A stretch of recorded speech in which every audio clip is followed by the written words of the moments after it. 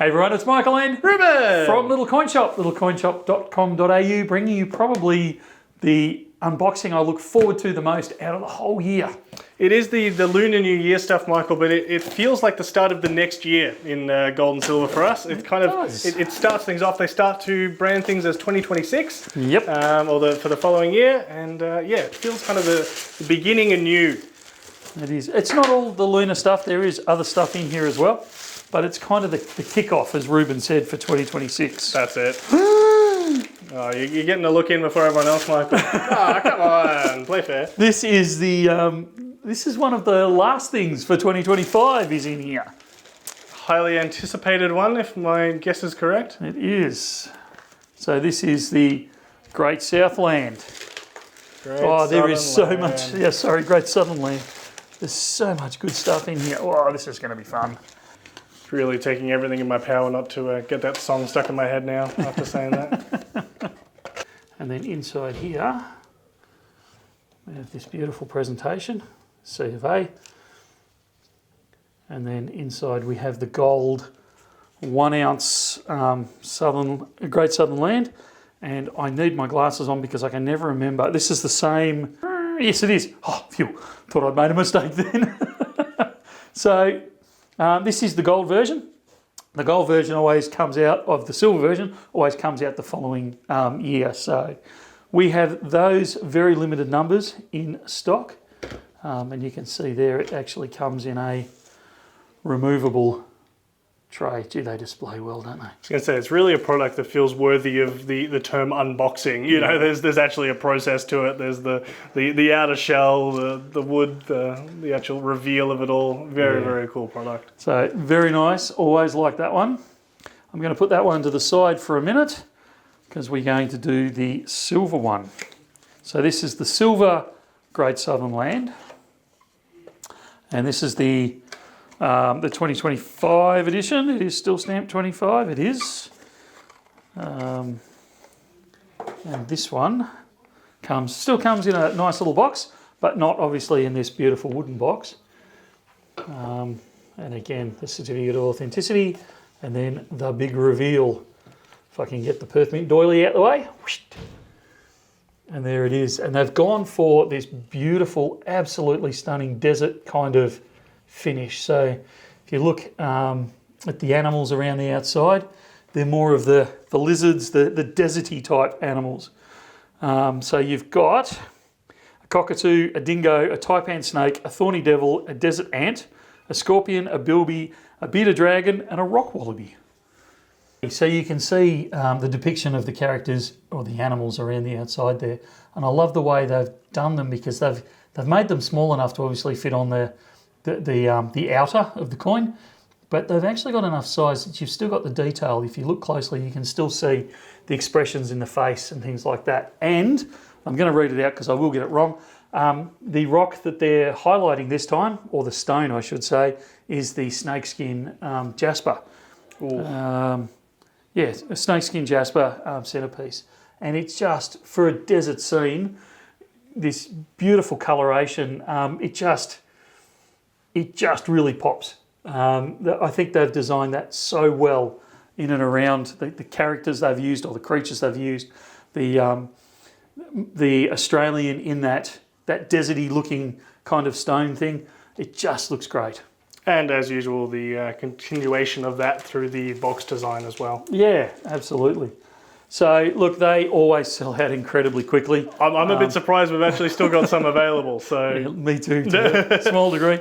Although we did get quite a decent allocation this year, which is good.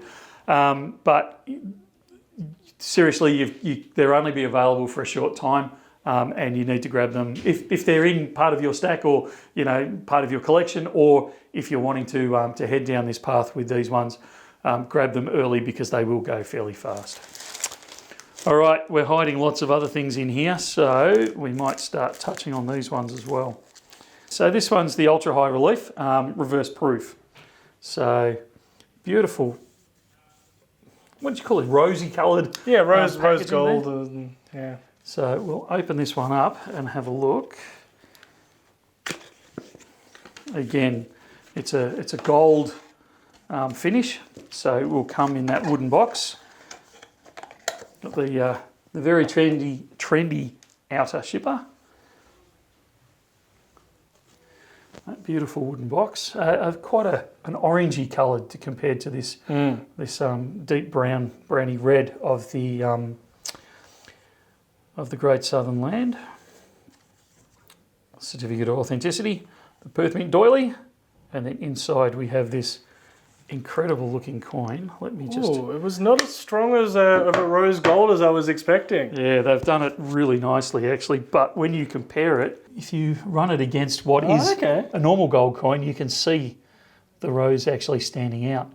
But I love these types of coins, so they've gone for the deeper set coin. Yeah. So they've actually been able to scallop it, which is your ultra high. So again, we talk about this many times where they scallop in and then draw the design out itself, but then they've gone for the reverse proof side. So it's a matte background finish with that shinier detail popping out. Which I think looks absolutely stunning. I think it looks fantastic. And then over the page, you've got King Charles.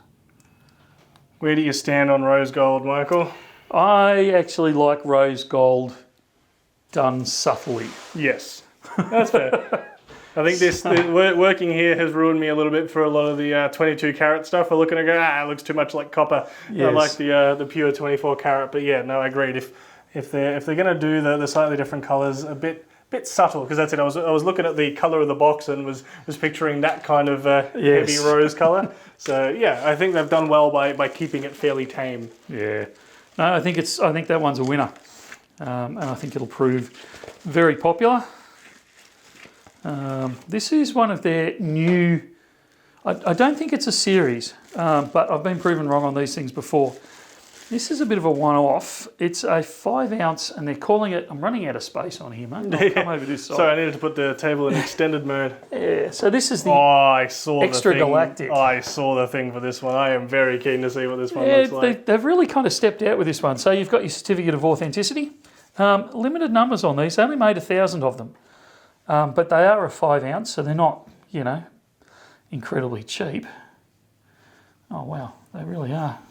I don't know what that is actually. I think it's just packaging, but I'll have a closer look in a minute. Oh, stop it. And then you've got this beautiful finish. Even like the way they've incorporated the Extragalactic into the packaging there, it just looks great. And I need a glove because it's not encapsulated. But you can actually see if Rubes gets nice and close to it, it's actually got four or five diamonds on it. Yeah. So this is, and I am having to read here because I'm not that flash with it. So it's part of the Whirlpool Galaxy in the constellation of Canes, Venatici. We're real scholar-like here, Michael. Right. If I hadn't had the card in my hand, I would have sounded very knowledgeable. But what I love about this one is not only have they've done this beautiful swirling with the packaging and this incredible design on the coin itself, but you can actually see there it's got diamonds incorporated in it. And they're not just normal diamonds. So it's got 2 white diamonds in there, but it's also got a pink and a golden diamond in there as well. So such a cool one. It's incredibly cool. Looks fantastic, and there are only 1,000 of them in existence. So I don't know if they're going to do other formations at all, but at this stage, I believe this is a one-off design. So really cool design. Limited to 1,000, as we said, and backed by 5 ounces of silver as well. So a great one to get hold of. And cool to see them try a different technique listed on there as well. It's listed as a 5 ounce silver patinaed coloured coin. Oh, very cool. So, yeah. All right. Nice to see them experimenting. Onwards and upwards, Michael. It certainly is. So in here, my glove is stuck. There we go. Put that to the side because we don't need it for this one. This is the fun one. Hey, I'm seeing bright yellow. Yes. This is SpongeBob SquarePants. So this isn't gold or silver. This is just a copper nickel coin. This is good fun. One to get for the kids or people like me. So just a SpongeBob and Friends celebration coin. And then over on the back, it's got all the details. Very limited to only 7,500 worldwide. They will go incredibly quickly. but that one's just good fun. All right, what else have we got in here? I'm hoping some Lunars hiding somewhere. I'm kind of saving the Lunars till the end, almost. So we've got one more that's non-lunar. Okay. And then we'll head into the Lunars. So this is a big month of releases. It's a huge month of releases, actually. This is one of the old classics. This is the 2025 koala design. Fold the box up there. But this one is a 5-ounce koala, and it's gilded, I believe. Oh, and it's high relief gilded. I missed that part. They put so many descriptive terms on them now. This is the 2025 5-ounce silver-proof high relief gilded coin. I think I made a bit of a bit about that with last month's ones. One of the ones we didn't get, it was getting pretty long in the tooth for the name. Yeah. So again, you've got this beautiful high relief effect. So a deep coin, and they've rose golded the rim of the coin. And then you've got this scalloping effect where they draw out the design itself and it almost becomes three-dimensional. And then to highlight it even further, they've actually gone for that rose gold gilding on it. Absolutely stunning coin. Unlike the other high relief that we've got over here in the rose gold, on the obverse side, they've actually done the scalloping as well. Yeah. So they've brought King Charles out there and made him three-dimensional. So beautiful coin, always very popular. Got a good heft to it because it's got that 5 ounces of silver behind it. So it's always a good fun one. Alrighty. We got packaging going everywhere, Rubes. Let's do a bit of a clear and I think we'll come back. Alrighty, so let's start off with the silver lunar stuff. So we've seen the bullion one come out yesterday. Yes. Yesterday. This is the numismatic versions of it. The 1 ounce silver. Now you've got to start off with all of these.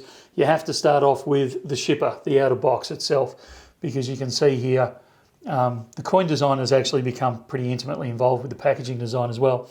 And this is this year's horse design for the packaging. And if you don't know already, and I should have some samples here, but I don't actually have them set up, you can actually link up all of the 12 in the series for this year's, or this, sorry, what do we call it? Version 3? Series 3. You can link them all together and they actually provide a diorama. So this is the horse part of that diorama. Inside there we have the presentation box with the certificate of authenticity. There you go. And Ying Ying has designed this one, and we've actually got an interview with her coming up very, very soon, I think, haven't we, Rubes? Should hopefully appear on the channel soon, hoping everything goes well. Yeah.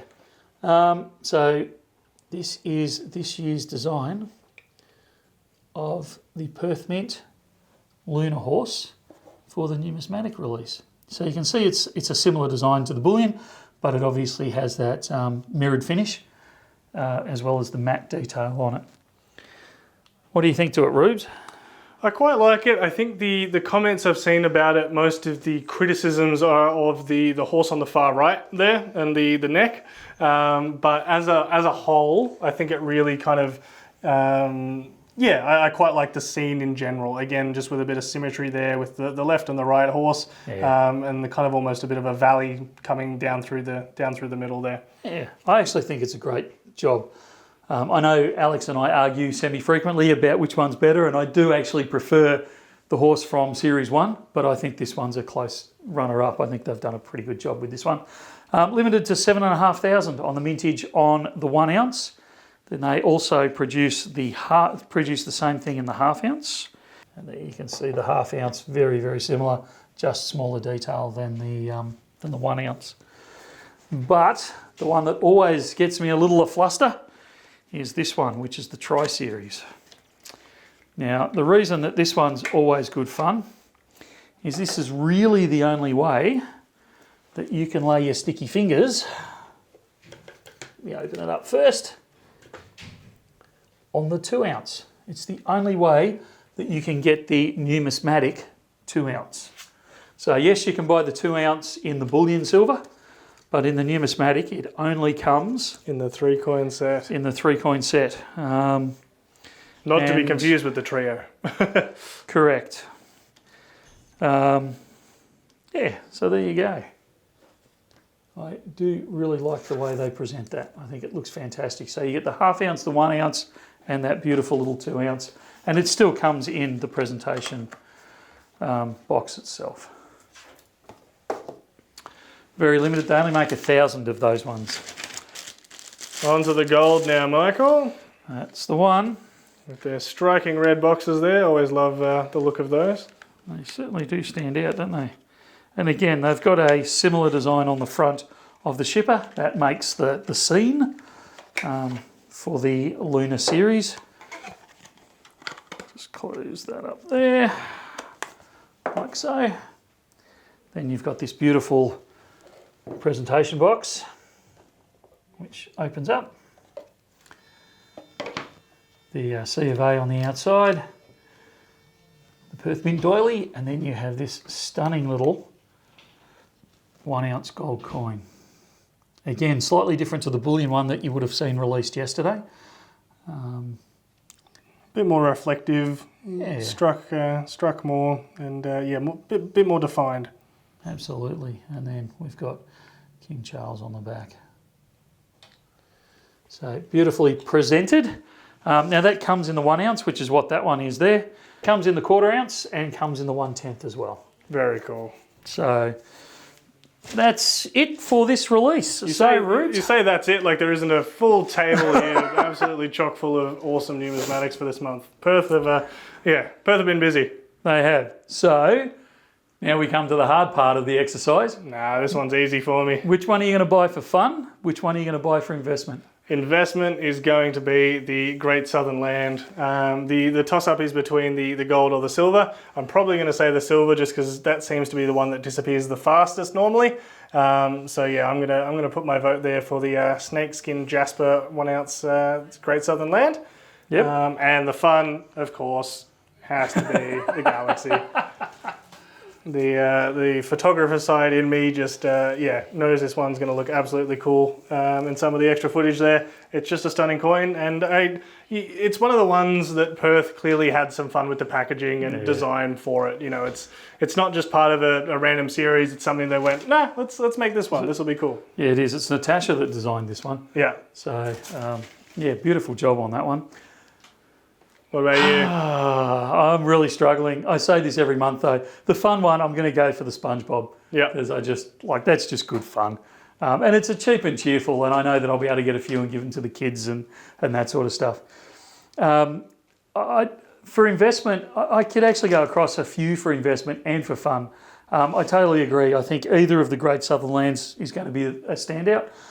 Silver's obviously a little easier on the budget, so that one's a great one. I love the rose gold high relief. I think they've done a fantastic job with that. You really can't go past the 3 coin set. Like they're fantastic. I don't know how this one's going to go. This one could actually, this is not fun. None of this is financial advice. This one could either go off like a frog in a sock or not. I suspect it will, particularly if they can make it part of a series. I think it'll really go off because it's the first one in the series. But I think that one's going to be incredibly popular. So I could almost take one of all of these, I think, this month. That's terrible, isn't it? Particularly when it was you that started this whole thing of picking one for investment and one for fun. I think if I'm right, the first time we did this, I was incredibly insistent that you only had to pick Has one. to be one. Let us know down in the comments what you would pick. One for fun, one for investment, and we'll see what the community thinks of this month's releases on that front. Sounds good. That's it for now. We will talk again very, very soon. See ya.